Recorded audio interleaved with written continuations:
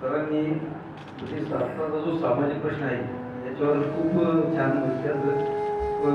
अभ्यास त्याच्यावर आहे आणि शेतीशी निगडीत जे ते तुम्ही बोलले ते खरोखरच आहे आणि आणखी पुढच्या काळात यात आणखीच कठीण येणार असं चित्र दिसतंय एकंदर या सर्व सरांच्या माध्यमातून मला एक वाटेकर सरांची आठवण झाली.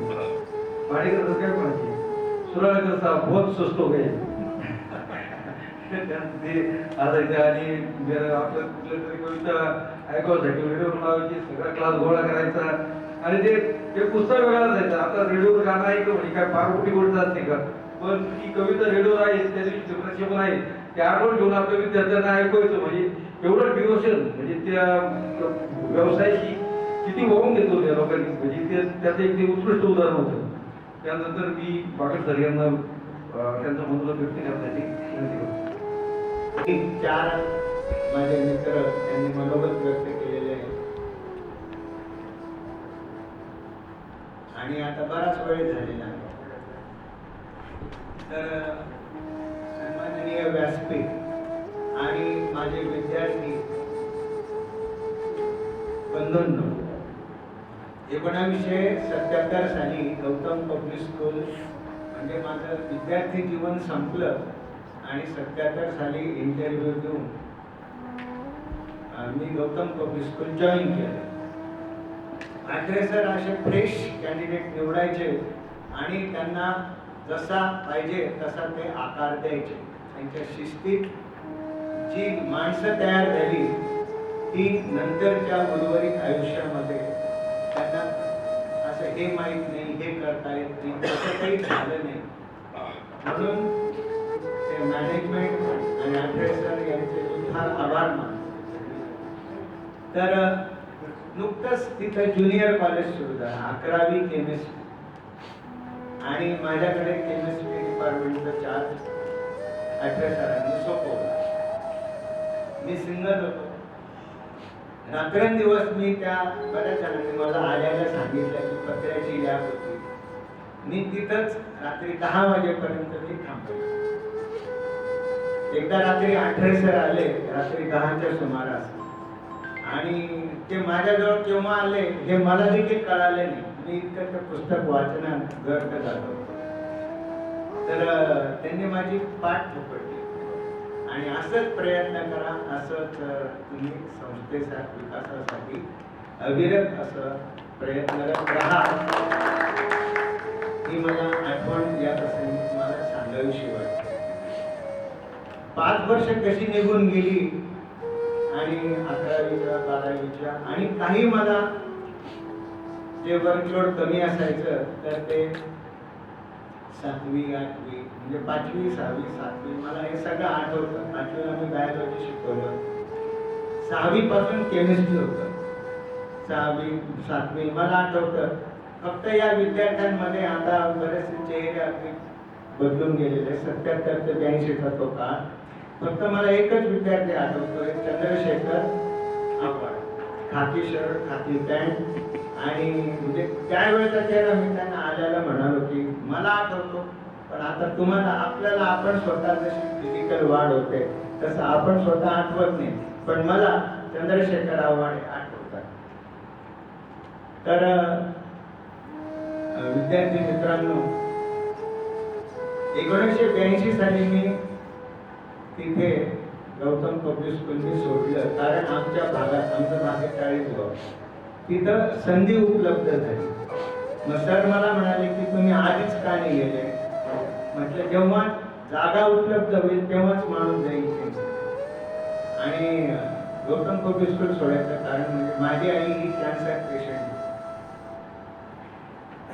मग सरांनी मला काही आडेवेळे म्हणजे कन्व्हिन्स केलं, थांबा असंही म्हणाले, परंतु मला जी संधी मिळाली तिकडं, मग ते म्हणाले की तुम्ही तिकडे ज्युनियर कॉलेजला चालले, इथं ज्युनियरलाच आहात. तर मी म्हटलं तिथं मला सिनियर कॉलेजला जायची संधी मिळेल. हे मला सुचलं त्यावेळेला. आठरे सरांना उत्तर द्यायचं म्हणजे मोठं कठीण होतं.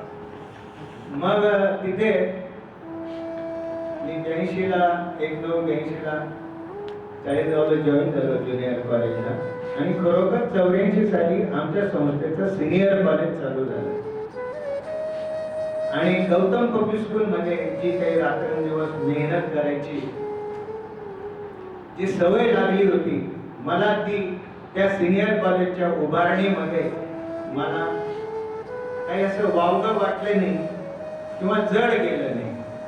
किंवा मी जरी तिथं महाविद्यालयात काम करत असलो तरी आमचे घरचे म्हणायचे की त्याला दत्तक देऊन टाकलेले आहे. तर मग अशा पद्धतीने ते कॉलेज अगदी छान असं मस्त डेव्हलप झालं. आणि ते जसं डेव्हलप व्हायचं तर तसे विद्यार्थी चांगलं सुयश मिळवायचे तसं आमचा ऊर अभिमानानं घडते. गौतम पब्लिक स्कूलच्या आणखी 1-2 आठवणी सांगतो. माझ्याकडे सरांनी एक विज्ञान प्रदर्शनाचं काम सोपवायचे. प्रोजेक्ट करायचे, मुलं खूप मन लावून काम करायचं. सगळ्या विषयांचे प्रोजेक्ट असायचे. मग जे प्रोजेक्ट चांगले असतील ते आम्ही शिर्डीला जे जिल्हा स्तरावर अधिवेशन व्हायचं प्रदर्शन तिथे पाठवायचो. तिथून ज्याची निवड झाली ते नगरला पाठवायचो. तर असं त्याचं नंतर मग ज्या वेळेला 40 मराठी विज्ञान परिषदेची आम्ही स्थापना केली, तिथे मग आम्ही या खेड्यापाड्यावरती ते प्रयोग करून दाखवले. आणि ग्रामीण भागांना ज्या काही शाळा असतात ते कपाटातलं साहित्य असं जास्त वापरलं जात नाही. जसं आम्ही बोलतो विद्यार्थ्यांना कोणती गोष्ट जेवढं शक्य होईल तेवढं प्रयोग करून दाखवायचो. तर मग इथे देखील ती हौस मी पूर्ण केली. सगळे खेडेपाड्यावर जाऊन मुलांना म्हणजे आमचे विद्यार्थी तयार केले आणखी आणि ते प्रयोग करून दाखवायचे आणि त्याच्यातून एक आनंद मिळायचा. तर अशा प्रकारे 40गावला मी माझं सिनियर कॉलेजचं करिअर जवळजवळ 30 वर्ष मी तिथे काम केलं. आणि 30 वर्षानंतर मग मी सेवानिवृत्त झालो. सेवानिवृत्तीनंतर देखील मी पुन्हा 4 वर्ष म्हणजे नाममात्र याच्यावरती पुन्हा आपल्या ग्रामीण भागातल्या मुलांना फिजिकल केमिस्ट्री शिकवावं म्हणून मी तिथे 2014 ते 2018 पर्यंत काम केलं. नंतर मग माझा मुलगा ऑप्थॅल्मॉलॉजिस्ट झाला. योगायोगाने मला सुनबाई पण ऑप्थॅल्मॉलॉजिस्ट मिळाली. आणि मग त्या दोघांनाही मी सिनियर कॉलेजला असल्यामुळे पगार आमचे चांगले होते आणि त्याचा सगळा मी उपयोग माझ्या मुलाला, माझ्या मुलीला आणि माझ्या सुनबाईला शिकवण्यासाठी तो निधी वापरला. आणि ते पण भरपूर शिकले. चेन्नईला माझी सुनबाई शिकली. तिने पिडियाट्रिक ऑप्थॅल्मॉलॉजीमध्ये अतिशय उत्तम उत्तुंग असं यश संपादन केलं. मुलाने हैदराबादला LV प्रसाद आय इन्स्टिट्यूट आहे, तिथं त्याने रेटिनाचं जी मुलं लवकर जन्माला येतात 7व्या-8व्या महिन्यात त्यांचा रेटिनाची ट्रीटमेंट तो करतो. तर म्हणून मग आम्ही म्हटलं आता आपली गरज कुटुंबाला जास्त आहे म्हणून मग आम्ही इकडे नाशिकला आलो. आणि सध्या मी नातूला सांभाळतो. आणि मात्र इतर सामाजिक कार्याची आवड ही खरी गौतम पब्लिक स्कूलमध्ये जोपासली गेली. म्हणून मग तिथला एक rotary club of Nashik smart city तो जॉईन केलेला आहे. 40गावला देखील मी तिथं रोटरी क्लबमध्ये होतो. तिथला एक माझी अध्यक्ष पण होतो. एक चांगले असे शिक्षण क्षेत्रातच आम्ही प्रयोग करून दाखवले. एक त्यावेळेचा एक प्रयोग मला आठवतो की साधा हँडवॉश. आता मी शिक्षक लोक जसं नाशिकला हे इंडस्ट्रीवाले लोक आहेत ते खूप खर्च करतात, तसं आम्ही तेवढा खर्च करू शकत नव्हतो. आमचा जो काही मीटिंग देखील आम्ही आमच्या महाविद्यालयात घ्यायचो. इथं सगळं हॉटेलमध्ये ते कार्यक्रम होतात. मग हे करत असताना त्या करोनाचा आधीचा काळ होता. 2015-16ला मी त्या रोटरीचा अध्यक्ष होतो. त्यावेळेला साधा हँडवॉश करण्यासाठी माझ्या त्या क्लबमध्ये 2 डॉक्टर आणि त्यांचे मिसेस अशा आमच्या त्या 2 टीम होत्या. तर सगळी आजूबाजूच्या परिसरातील खेडी आश्रमशाळा असो तर त्या मुलांना हँडवॉश कसा करायचा साधा साबण लावून ते अतिशय तंत्रशुद्ध शिकवायच्या. आणि ज्या वेळेला करोना सुरू झाला त्यावेळेला मला असं वाटलं की मी जे काही थोडंफार काम केलं सामाजिक ते खूपच मोलाचं होतं अशी मला जाणीव झाली. त्यानंतर मराठी विज्ञान परिषदेच्या माध्यमातून देखील मी तिथे त्या भागात काम केलं. तिथला 40 वर्ष मी उपाध्यक्ष म्हणून काम करत आहे अजूनही. आणि दरवर्षी मी त्यांचं ते अधिवेशन मी अटेंड करतो. गेल्या वर्षी नांदेडला होतं, यावर्षी हे अधिवेशन शिर्डीला होणार आहे. तर त्यावेळेला शिर्डीला मी आपल्या त्या सरांना भेटणार आहे. मन त्यांचं हॉटेल आहे स्वतःचं.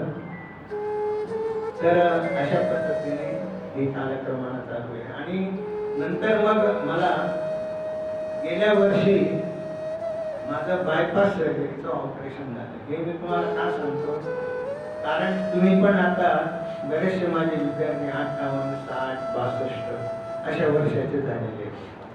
तर मग या माझ्या अनुभवातून त्यांना काही सांगावं. शेवटी मी शिक्षक आहे ते मला असं वाटतं. तर बायपास का झाला याला कारण मला थोडं चालत असताना असा दम लागत होता.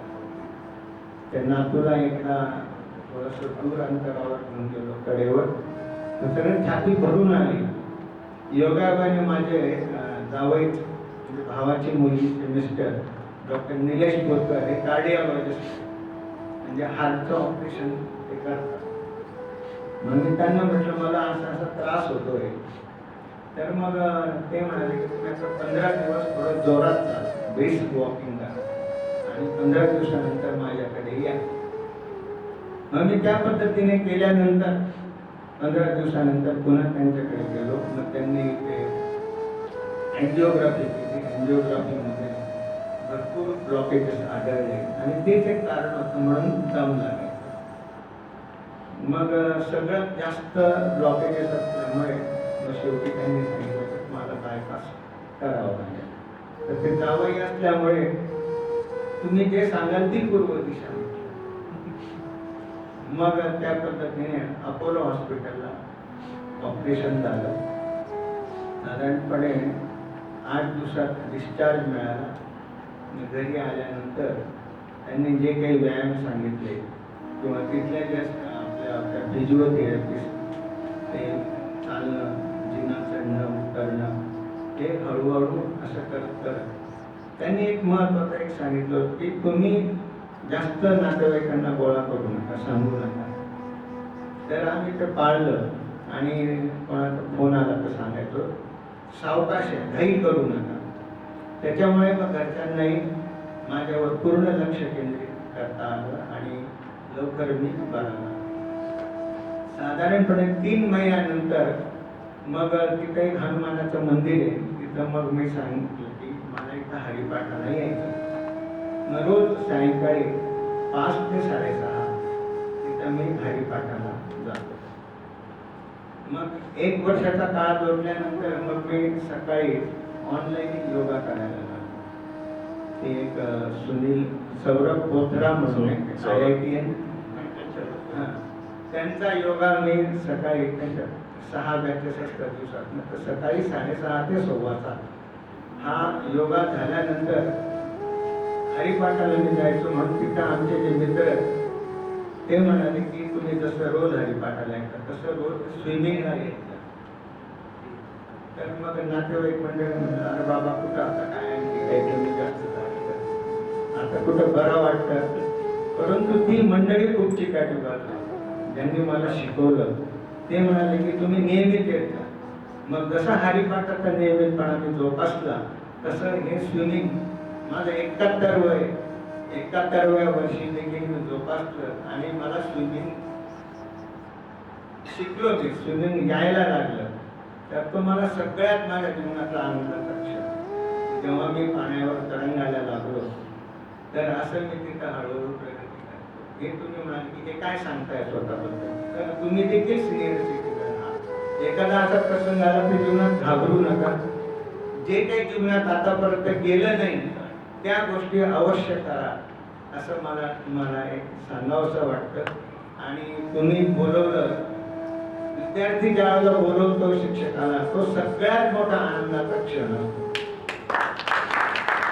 आणि विद्यार्थ्यांना भेटून खूप खूप समाधान वाटतं. तर सुरुवातीला जे म्हणालो माने सर की आम्ही नुकतंच लागलो तिथं नोकरीला, आता सगळ्यात ऍडजस्टमेंट क्लासरूम मध्ये कसं शिकवायचं, फळ्यावरती त्यांना पाठ मागे होते, मग काही बंड मुलं होते संजय ओण सारखे.